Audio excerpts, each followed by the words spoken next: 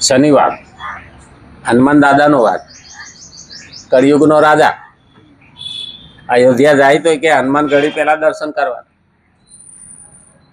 હનુમાનની રજા વિના નો.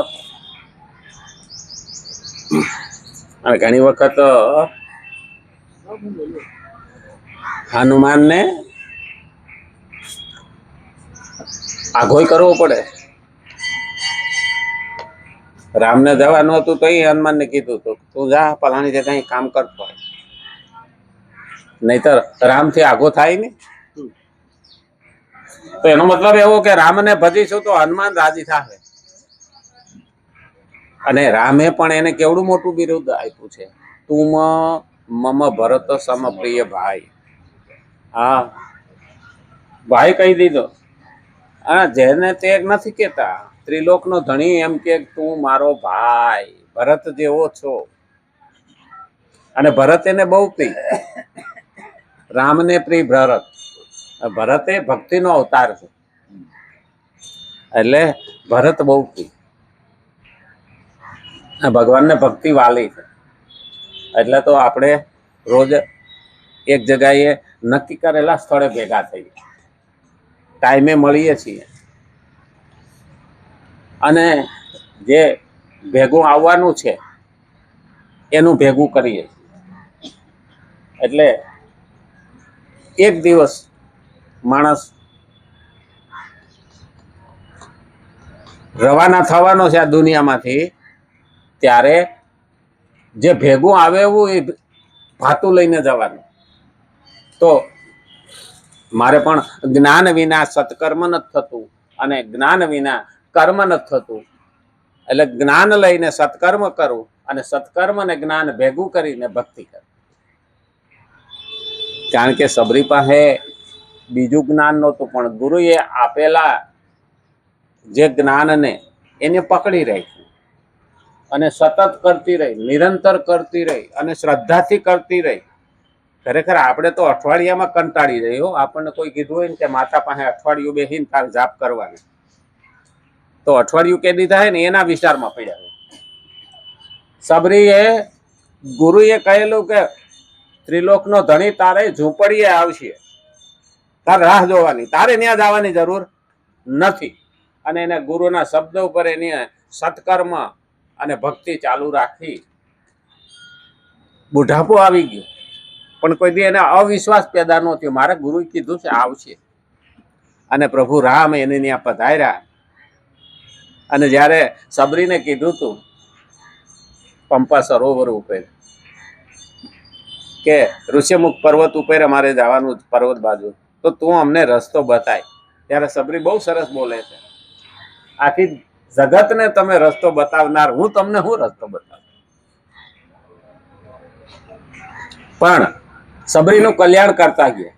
એટલી રાહ જોવાની ક્ષમતા હતી. ગુરુના શબ્દો સાચા પડ્યા. પ્રભુ મારે આંગણે અયોધ્યાથી ઉઠીને ત્યાં સુધી ગયા. એટલે આપણે પણ એવું જ કરવાનું છે. હા, ભક્તિ એવી કરીએ ને, ભગવાનને ઉઠીને આવવું પડે. માગવાનું નહીં, હું કરું એવું કે તને મારી ભાડ લેવા આવવાનું મન થાય. અને મારે એને દોષ દેવાનું છે જ નહીં, કારણ જે કર્મ મારા છે એ કર્મ પ્રમાણે મારું જીવન છે, ને એ પ્રમાણે મારું જીવન ચાલે. એમાં લેખમાં કોઈ મેખ મારી શકે નહીં. તો કર્મ કેવું કરવું, શા માટે કરવું, કોના માટે કરવું, અને ક્યારે કરવું, એ બધા વિશે આપણે વાત કરીએ છીએ. ત્રીજો અધ્યાય કર્મ યોગ છે, અને ત્રીજા અધ્યાયનો 30મો શ્લોક આપણે જોઈએ. એટલે આપણે ભગવાનને કહીએ, ભગવાને આમાં આખો કર્મયોગ શીખવાડ્યો. જ્યારે સાધકનો એકમાત્ર ઉદ્દેશ્ય પરમાત્મા પ્રાપ્તિનો થઈ જાય, ત્યારે તેની પાસે જે કોઈ સામગ્રી, વસ્તુ કે પરિસ્થિતિ વગેરે હોય, તે બધી જ સાધન રૂપ સાધન સામગ્રી બની જાય છે. સાધના રૂપ સાધન સામગ્રી બની, જે પણ આપણી પાસે છે, સાધકનો એકમાત્ર ઉદ્દેશ્ય છે થઈ જાય, મારે ભગવાન સિવાય બીજું કઈ જોઈતું નથી. તો તેની પાસે જે કોઈ સામગ્રી છે, જે વસ્તુ છે, જે પદાર્થ છે, જેવી પરિસ્થિતિ છે, એ બધું જ સાધના રૂપી બને. અને એ સાધન અને સામગ્રી એ બધી જ એ પૂજા તરીકે વપરાય. પછી જે કર્મ કરીએ, જે કામ કરીએ, જે ભક્તિ કરીએ, જે જાપ કરીએ કે જે બીજાનું ભલું કરીએ, એ બધું જ સાધનામાં આવી જાય. આ સાધકે જોવાનું. રામાયણ વાંચીએ ને એટલે બે શબ્દો આપણને સામે આવે, એક દેવો અને એક દૈત્ય. દેવો અને મનુષ્યો અને એક બાજુ રાક્ષસો. તો આપણા જીવનમાં પણ અત્યારે આપણને એવું નહીં લાગતું કે રાક્ષસો પણ છે અને મનુષ્યો પણ છે? એટલે તો શિવપુરાણ ની અંદર કયું છે, દક્ષરો. દક્ષ એટલે હોશિયાર, ચેતેલો અને સતત એક સેકન્ડ પણ બે ધ્યાન પણ નહીં. આને દક્ષ કીધું શાસ્ત્રની અંદર. એટલે તો ભોળાનાથનો હાહરોય દક્ષ બતાવ્યો. આટલો કક્ષાએ માણસો હોશિયાર ને સેકન્ડે ચેતેલો હોય ને. કારણ કે આજે આ દુનિયામાં જીવવું હોય ને તો દક્ષ રહેવું. આપણે સાવધાની પૂર્વક હાલ્યા જતા હોઈએ. જો બે ધ્યાન થઈએ ને તો હામાવાળો આવીને ભટકાઈ શું કરલો. એટલે ફૂટપાથ ઉપર જતા હો ને તો પણ ધ્યાન રાખો. અને એટલે કીધું છે દક્ષ રહેવું. અને જે હું કરું છું, હું રાક્ષસોની વચ્ચે જીવું છું. એટલે તો આપણા ગામડાની કહેવત છે કે પાણીમાં રહેવું ને મગરથી બીવું પોહાય નહીં. એવી જ રીતે આપણે રહીએ છીએ તો મગર જેવા પણ છે જે ગળી જાય, એમાં દક્ષ રહેવું. અને એટલે આ સંસાર સાગર કયો છે. અને છતાં શાસ્ત્ર તો એવું કે જીવો જીવસ્ય જીવનમ અને જીવો જીવસ્ય ભોજનમ. એક જીવ બીજા જીવને ખાઈને જીવે છે અને બીજા જીવ ઉપર એક જીવ જીવે. તો શું કરવું?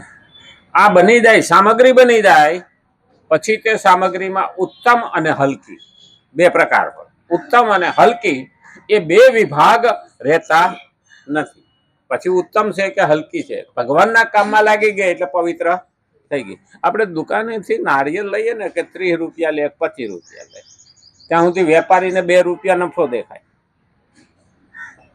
આપણને 2 રૂપિયા મોંઘું દેખાય. પણ એ જ નારિયેળ લાવીને માતાની આગળ આપણે વધે અને પછી એનો ટુકડો ખાવા વાળાને પ્રસાદ દે. એ જ વસ્તુ હતી, દુકાને વેચાતી હતી. એ જ વસ્તુ માતાની આગળ ધર્યા પછી પ્રસાદ બન્યો ને. તો એ જ મહત્વ છે. પ્રસાદ જ્યારે સમજીએ ને તો આ જીવન પણ એક પ્રસાદ છે. તો એને સારી કે ખરાબ વસ્તુ ભગવાન માટે કરી દીધી એટલે એ ખરાબ રહેતી નથી, પછી ઉત્તમ હોય કે હલકી.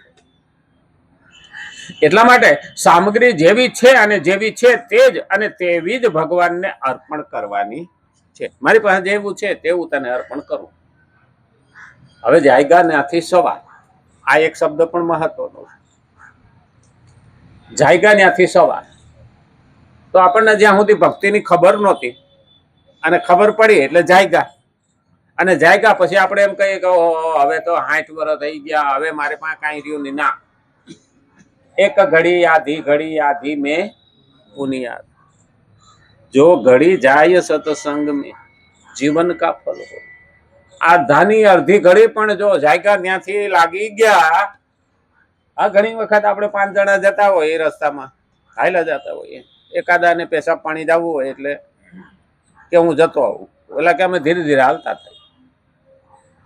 હવે ધીરે ધીરે હાલતા થાય એટલે આ પેશાબ પાણી જઈને આવે ને તો ઓલા થોડા આગળ નીકળી ગયા હોય. એટલે આને શું કરવું પડે? એની હારે થવું હોય કાં તો દોડવું પડે, કાં તો ઉતાવળે ચાલવું પડે, તો એની હારે થઈ જાય ને. એમાં આપણે મોડા જાયગા હોય ને તો ઓલા જે આગળ નીકળી ગયા ને એમાં થોડુંક આપણે દોડી લેવાનું.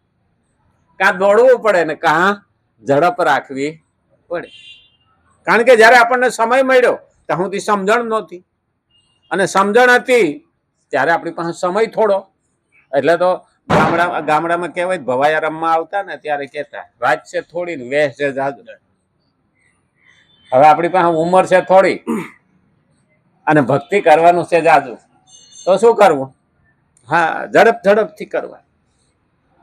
અમારા ભાગવતમાં એક કહેવત છે કે તમે આમ ભાગવત આખું પૂરું ન કરી શકો તો પોઈન્ટ મુખ્ય પોઈન્ટ કહી અને આખા ભાગવતના પોઈન્ટ લઈ લો તો પૂરું ગણાશે. કારણ કે એ જે કથાકાર છે એ આખું ભાગવત વાંચી શકે નહીં, પણ બાકીના બ્રાહ્મણોને બેહાડે કે તમારે આ વાંચવા, એટલે એ પૂરું કરી દે આખે. અને આ છે એ મુખ્ય પોઈન્ટ, જેટલા સ્કંદ છે એ પ્રમાણે એ લેતા. કારણ કે દરેકનો વિભાગ કહી દેવો પડે, અને ટૂંક સાર કીએ. આપણે પુસ્તકમાં નથી ઉપસંહાર આવતો, એમ ટૂંક સાર કીએ. હા, ભણતા તે એવું કીધું, ટૂંક નોંધ લખો, CR કે લખો. તો એ ટૂંકામાં ઘણું બધું કહી દેવાનું. પછી આપણે વાર્તા બનાવવાની હોય ને તો અમુક ટૂંકા પોઈન્ટ આપે, અને આવા પોઈન્ટ આપે ત્યારે એ સમજવાનું.